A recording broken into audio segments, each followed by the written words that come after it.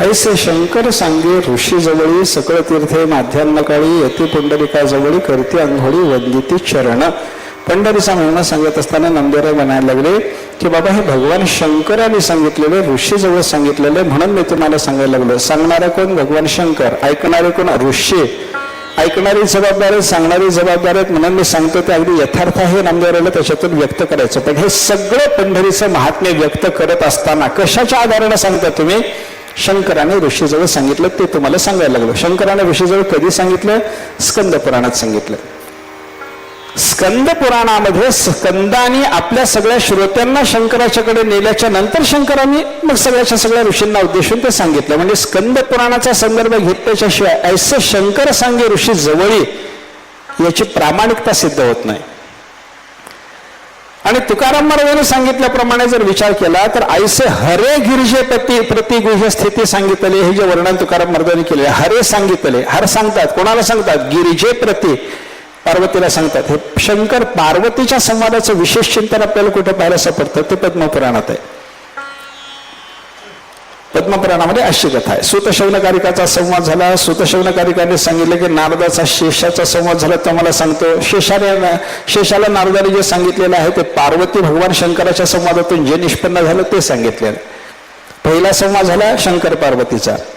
शंकर पार्वतीचा संवाद ऐकला नारदानी आणि नारदाने तो संवाद ऐकून ती सगळीच्या सगळी पंढरी महात्म्याची कथा सांगितली शेषाला. आणि शेषाच्या मुखातून ही सगळीच्या सगळी कथा ऐकायला मिळाली सुतांना. आणि सुतांनी शेषाच्या मुखातून श्रवण करून मग ते सगळ्याच्या सगळ्या शौनकारी ऋषींना सांगितलेली आहे असा संदर्भ आहे. म्हणजे भागवताच्या कथेच्या बद्दल जसं 2-3 वक्त्या श्रोत्याच्या जोड्याचं पहिल्या स्कंदामध्ये चिंतन पाहायला मिळतं ना.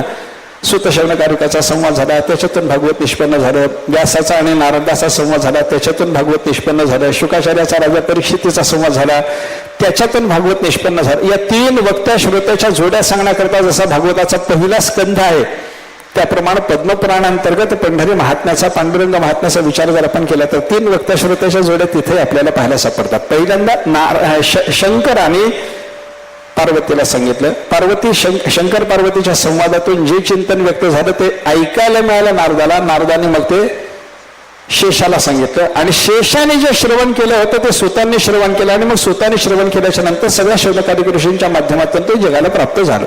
वक्ता श्रोत्याच्या 3 जोड्या घडल्या. पण त्या वक्ता श्रोत्याच्या 3 जोड्याला मूळ कारण असलेली जी वक्ता श्रोत्याची जोडी आहे ती शंकर आणि पार्वतीची आहे. ऐसे हरी गिरिजे प्रति, ते पद्मपुराणाच्या संदर्भाच्या आधाराने तुकाराम महाराज बोलतात. म्हणजे तुकोबाराय जे परमात्मा पंढरी क्षेत्राचं आणि पंढरी नाथाचं जे महत्व सांगतात ते पद्मपुराणाच्या आधाराने सांगतात. असा जर संदर्भ आपल्याला विचारात घेतो. ऐसे हरे गिरिजे प्रति म्हणलं की पद्मपुराणाचा संदर्भ, ऐसे शंकर सांगे ऋषी जवळी म्हणलं की मग स्कंद पुराणाचा संदर्भ घेऊन बोलणं सुरू झालेलं हे आपल्याला लक्षात घेता येतं. मग नामदेवराय आणि तुकाराम महाराजांसारखे संत महात्मे ऐका तर पद्मपुराणांतर्गत पांडुरंग महात्म्याला प्रमाण मानत असतील, स्कंद पुराणांतर्गत पांडुरंग महात्म्याला जर प्रमाण मानत असतील तर त्यांनी प्रमाण मानलं की ते प्रमाण होतं बरोबर.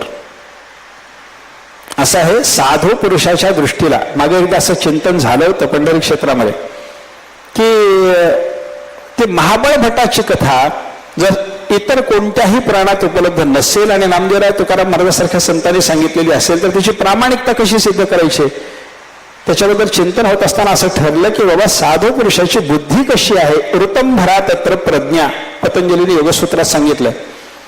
त्या साधूच्या ठिकाणी असणारी जी प्रज्ञा आहे म्हणजे बुद्धी आहे ते ऋतंभरा म्हणजे सत्यालाच धारण करणारी आहे. साधूच्या बुद्धीला कळतं ते सत्यच असतं.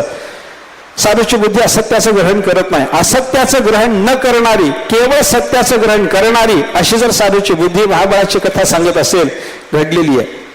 कदाचित व्यास सांगायला विसरले असतील, नामदेवरायला ती दिसरी असेल, तुकाराम महाराजाला ती दिसरी असेल, असा त्याचा विचार व्हावा लागला, करावा लागला. आणि त्याच पद्धतीने जर आपण चिंतन करायला लागलो तर आज उपलब्ध असलेले आज स्कंद पुराण पद्मपुराणाच्या संहितेमध्ये हे सगळेच्या सगळे अध्याय पांडुरंग महात्म्याचे आपल्याला उपलब्ध जरी नसले, मिळत जरी नसले तरी ज्या अर्थी तुकाराम महाराज याला प्रमाण मानून चालतात ऋतंभरा तत्र प्रज्ञा या नियमाचा विचार केल्याच्या नंतर ही सगळी कथा सत्य मानावी लागते आपल्याला. हे आपलं महात्म्य पंढरीनाथाचं पांडुरंग क्षेत्राचं आपल्याला सत्य मानावं लागतं. दोन्ही ग्रंथाला पांडुरंग महात्म्य नाव आहे. पद्मपुराण अंतर्गत 32 अध्यायाला पांडुरंग महात्म्याचं नाव आहे. स्कंद पुराण अंतर्गत असलेल्या या 12 अध्यायाला सुद्धा पांडुरंग महात्म्याचं नाव आहे. पांडुरंग महात्म्य, पांडुरंग महात्म्य म्हणजे परमात्मा पंढरीनाथाचं महात्म्य असा त्याचा अर्थ नाही. पांडुरंग शब्दाचा या ठिकाणचा अर्थ पंढरी क्षेत्र असा आहे. पांडुरंगीचे पांडुरंगी पाप अंगीर आहे ना, त्या ठिकाणी तुकाराम महाराजांनी पांडुरंग शब्द वापरला आहे. तो पंढरी क्षेत्र, पांडुरंग क्षेत्र या अर्थानं वापरलेला आहे. आणि त्याच अर्थानं हे पांडुरंग महात्म्य म्हणत असताना पांडुरंग क्षेत्राच्या संबंधानं असलेलं परमात्मा पंढरीनाथाचं महत्व, महात्म्य म्हणजे प्रमाण असलेले ग्रंथ आहेत. आणि या प्रमाण असलेल्या ग्रंथातून पंढरी क्षेत्राच्या संबंधानं महिमानाचं चिंतन आपल्याला श्रवण करायला मिळतं. क्षेत्र म्हणजे काय, तीर्थक्षेत्र म्हणजे काय हा विचार नंतर त्याच्यात आपल्याला पहिल्यांदा तीर्थक्षेत्र शब्दाचा अर्थ असा सांगितलाय. तीर्थ म्हणजे पवित्र आणि क्षेत्र म्हणजे भूमी. ज्या भूमीला पावित्र्य आहे त्या भूमीला म्हणायचं तीर्थक्षेत्र.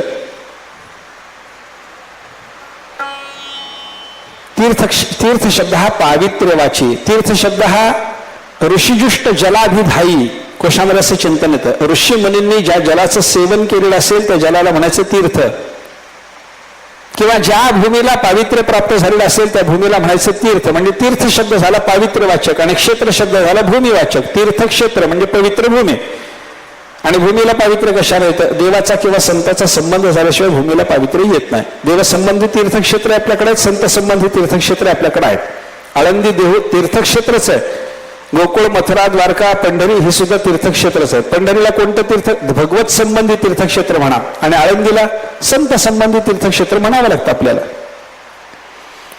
पण त्या भूमीला तीर्थक्षेत्रत्व येण्याच्या दृष्टीनं काय तीर्थसरण नावाचा एक सामान्य धर्म मनुष्याला पाळायला सांगितलेला आहे. साधारण असाधारण धर्माचा विचार सांगताना यज्ञालिकाच्या वगैरे स्मृतीचा जर आपण अभ्यास केला तर त्याच्यातून जवळजवळ 37 साधारण धर्म सांगितलेले. 37 हे धर्म सर्वांनी पाळायचे असतात. साधारण धर्म म्हणजे काय, साधारण धर्म जो सर्वांना पाळता येतो. विशिष्ट वर्णाचा, विशिष्ट आश्रमाचा, विशिष्ट वर्णाश्रमाचा, विशिष्ट गुणाचा, विशिष्ट निमित्ताचा विचार न करता सर्वांना जो धर्म पाळता येतो त्याला म्हणतात साधारण धर्म. एक साधारण धर्माची व्याख्या अशी केली, सर्वांना पाळता आला पाहिजे पहिली गोष्ट. आणि सर्वांनी पाळल्याच्या नंतर ज्याने ज्याने तो पाळलेला आहे त्याच्याकडे घडणारा जो विशेष धर्म असेल त्या विशेष धर्मामध्ये साद्गुण्य निर्माण करण्याची या साधारण धर्मानुष्ठानाची क्षमता असली पाहिजे. ऐका, देवपूजा साधारण धर्म आहे. देवाची पूजा कोणी करावी, कोणीही करावी. ब्राह्मण, क्षत्रिय, वैश्य, शूद्र करा, पुरुष स्त्री करा, कोणी करा, कोणी करा. कोणत्या वर्णाचा कोणत्या आश्रमाचा काही विचार करण्याची गरज नाही. सर्वांना देवाची पूजा करता येते. म्हणजे सर्वांना करता येणं हे साधारण धर्मात एक असलं पाहिजे. आणि विशेष धर्मामध्ये साद्गुण्य निर्माण करणं.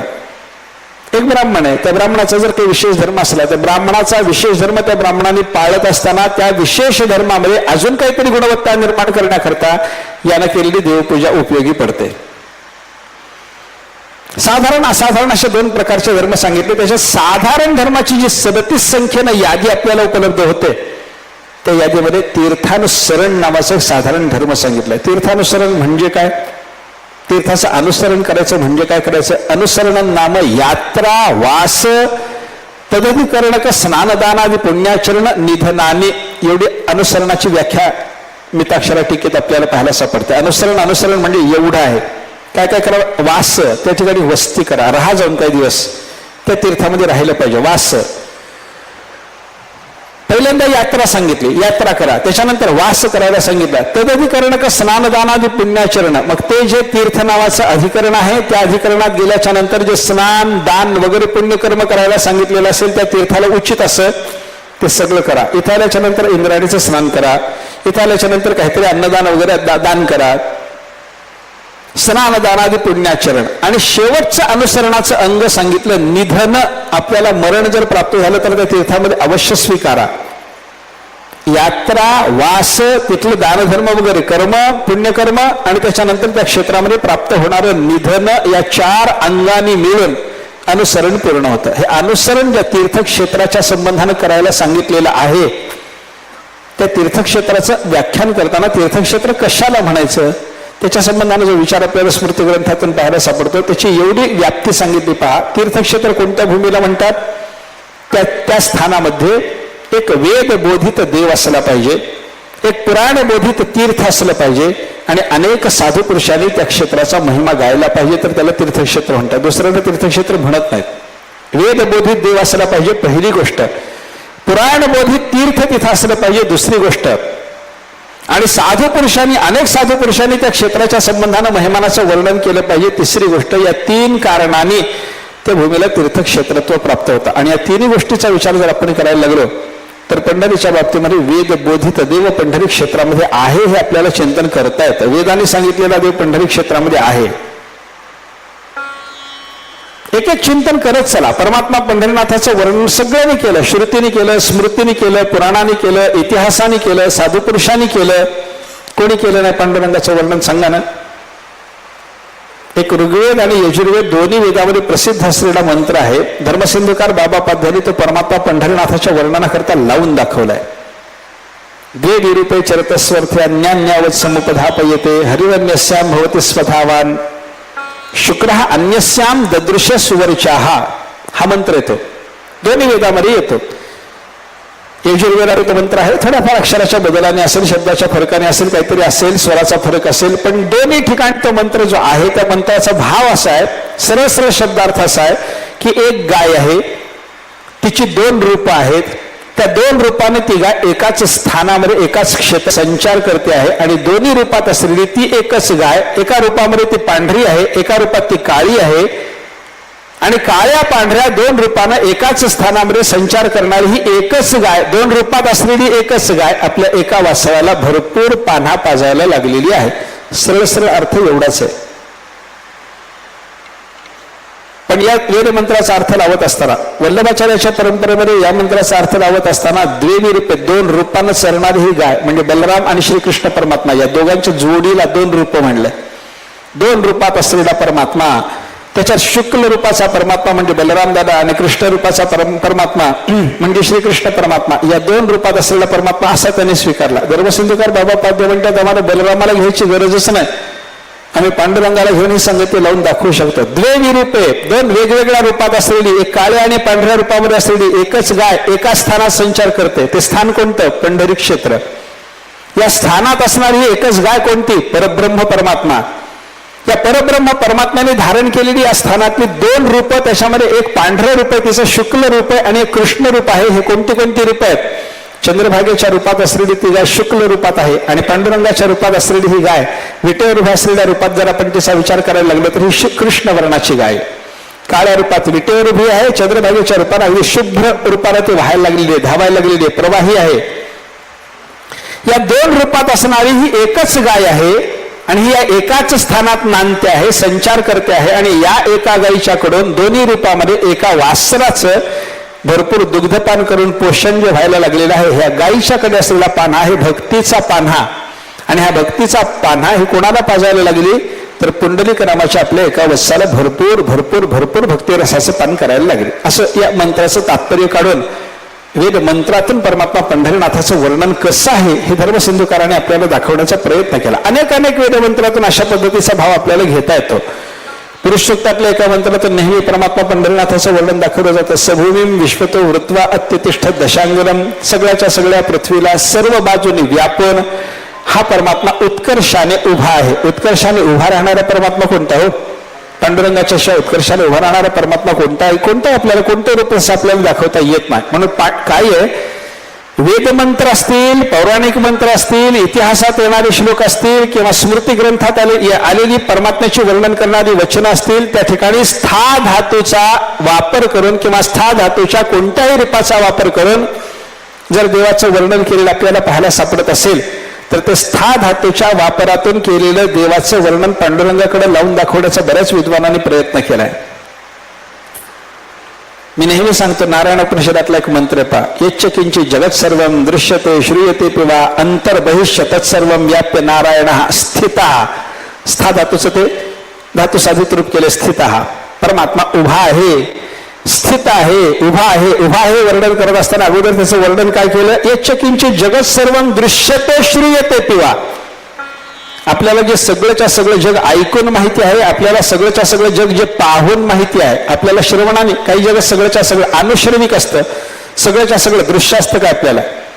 आपल्या 5 ज्ञानेंद्रियांनी आत्ता आपल्याला ज्या जगाचा अनुभव घेणं शक्य आहे ते सगळंच्या सगळं जग आपल्याला दृश्य म्हणता येतं, आणि ज्या जगताचा आपल्याला अनुभव घेता येत नाही पण आपल्या शब्द वाङ्मयावर अक्षर वाङ्मयावर श्रद्धा असल्यामुळं अक्षर वाङ्मयाच्या श्रवणातून त्या सगळ्याच्या सगळ्या पदार्थाचं ज्ञान आपण संपादन करू शकतो. त्याला म्हणतात अनुश्रविक.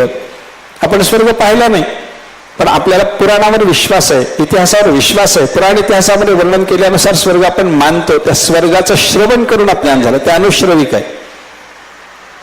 म्हणतो वैराग्याचं व्याख्यान करताना म्हणले की नाही पतंजली, दृष्टानुश्रविक विषय वितृष्टस वशीकार संज्ञा वैराग्यम. जे दृश्य विषय आहेत, जे अनुश्रविक आहेत, त्यांच्या संबंधानं वैराग्य झालं की मग त्याला म्हणतात वशीकार वैराग्य. तसंच इथे यच्च किंचित जगत सर्व दृश्यते श्रूयते तेव्हा आपल्याला ऐकून माहिती असलेलं आणि आपल्याला पाहून माहिती असलेलं जे सगळंच्या सगळं जग आहे, या जगामध्ये अंतर बहिश्च तत् सर्व व्याप्य नारायण स्थिता. या जगाला आत बाहेरून सगळ्याच्या सगळ्या जगाला व्यापून नारायण उभा आहे. हा उभा असलेला नारायण कोणता? परमात्मा पंढरीनाथ. म्हणजे नारायण उपनिषदातल्या या मंत्रातून सुद्धा परमात्मा पंढरीनाथाचं वर्णन आपल्याला पाहता येतं.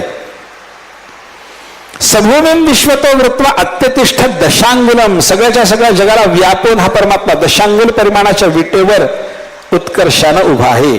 अत्यतिष्ठ दशांग. आणि त्या सभूमीम विश्वतो वृत्वा अत्यतिष्ठ दशांगुलम या हे पुरुष सूक्ताच्या पहिल्या मंत्रामध्ये आलेल्या अर्धालीमध्ये आपण विचार केला तर वर्णन पांडुरंगाचं मानता येतं आणि याच्यावर विठ्ठल शब्द आपल्याला मिळवता येतो. कसं आहे, मंत्रोद्धाराची जी वेगळी वेगळी प्रक्रिया आपल्याकडे पूर्वमीमांसा शास्त्रानं सांगितलेली आपल्याला पाहायला सापडते. एखादा मंत्र आपल्याला सिद्ध करून घ्यायचा आहे, मंत्र काढून घ्यायचा. मंत्रोद्धार म्हणजे मंत्र काढून घेणं.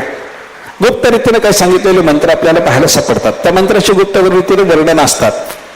त्या गुप्त वर्णनातून ते मंत्र काढून घेणं ही जशी प्रक्रिया आहे, तसं एखाद्या वेद मंत्रातून ठराविक अक्षर संख्येचा त्याग करता करता एक एक अक्षर उचलत गेलो आपण, ते आपल्याला काही मंत्र उपलब्ध होतात. सभूमीम विश्वतो वृत्वा अत्यतिष्ठ दशांगुलम या मंत्रामध्ये 3-3 अक्षर सोडत चला, एक एक अक्षर उचलत चला. विठ्ठल तुम्हाला शब्द मिळतो की रे बघा. सभूमीम सोडून द्या, वि विश्वतो वृत्वा मधलं वि घ्या. हा शिव तो वृ सोडून द्या, त मिळ. तवा मधलं त काढून घ्या, वित्त झालं. तवा मधलं वा घ्यायचं, तवा पिश. सभूमी विश्वतो वृत्तवा अत्यति हे काढून टाकायचं. ठ घ्यायचं तिथलं, ठ वित्त ठ. दशांगु हे काढून टाकायचं, 3 अक्षर सोडून द्यायचे. आणि लम विठ्ठलम. मंत्र उद्धार प्रक्रियेने आपल्याला याच्यावर विठ्ठल नाम मंत्र सिद्ध करून घेता आला. म्हणजे काय झालं, विठ्ठल नाम मंत्र उद्धार प्रक्रियेने आपल्याला काढून घेता येतो. याच्याकरता या वेद मंत्राच्या अर्धालीचा उपयोग झाला. आणि सभूमी विश्वतो वृत्वा अत्यतिष्ठत. हे अत्यतिष्ठत हे जे स्था धातूचं भूतकालीन रूप आहे, याच्यातून आपल्याला काय लक्षात घेता आलं, उभा राहणारा परमात्मा म्हणजे परमात्मा पंढरीनाथ. अशा पद्धतीचं वर्णन त्याच्यातून आपल्याला घेता आलं. हे झालं वेदाच्या बाबतीतलं चिंतन. वेदाच्या बाबतीमध्ये अनेक मंत्रातून अशा पद्धतीचं परमात्मा पंढरीनाथाचं वर्णन आपल्याला घेता येतं.